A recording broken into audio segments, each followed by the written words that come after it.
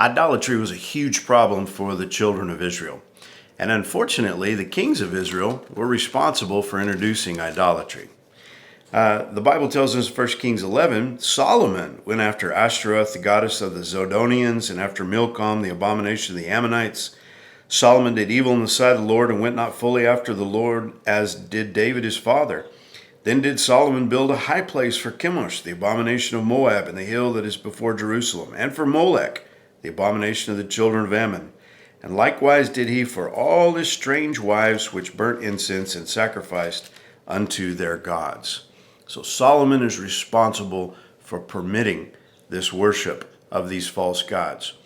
After the kingdom splits and Solomon's son reigns in the south, Jeroboam is afraid that if he allows his people in the north to go to Jerusalem to worship God, that they're going to revolt against him and kill him. And so he creates golden calves, and he establishes two places of worship in the north, at Dan and at Bethel. And it says in 1 Kings chapter 12, verse 28, Wherefore the king took counsel and made two calves of gold, and said unto them, It is too much for you to go up to Jerusalem. Behold thy gods, O Israel, which brought thee up out of the land of Egypt. And so this became a sin for the people of Israel. So what you have is you have two different kinds of idolatry. One kind is worshiping these false gods that come from the other nations, many of whom the Israelites were to have hopefully defeated during the days of Joshua. They didn't completely do that, but the gods of like Edom and Moab and Ammon, these different nations, they worship these false gods. And now these are no gods, of course. These are demons. These are false gods. But the children of Israel were just enamored by them. They were captivated by them. Not only that, the other kind of idolatry is what's brought about by Jeroboam, which is not new. Aaron did the same thing when the children of Israel came out of Egypt. And that is to say that these golden calves actually represent their God. So I don't think Jeroboam had a problem with the people saying they were worshiping Jehovah.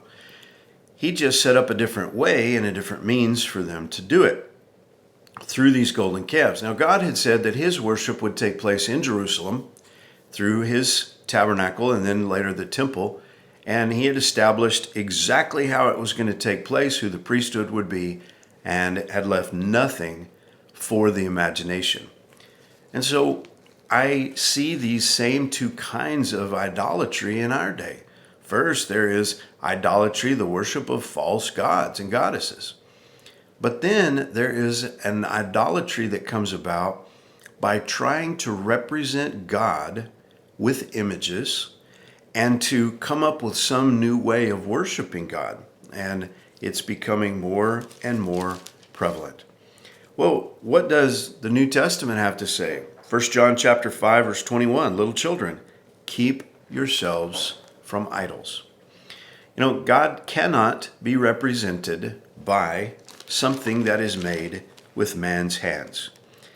No one has seen God, and so to try and create an image that you might bow down to and somehow allow that to be some means for worship, that's idolatry. God says, don't do it. Listen to what Hosea during the days of Uzziah has to say about those golden calves that Jeroboam made. Hosea chapter 8, verse 5, Thy calf, O Samaria, hath cast thee off. Mine anger is kindled against them. How long will it be ere they attain to innocency? For from Israel was it also, the workman made it. Therefore it is not God. But the calf of Samaria shall be broken in pieces. God hates idolatry. He's told us not to create idolatry. We are to worship the Lord Jesus Christ. God's looking for worshipers who worship in spirit and in truth.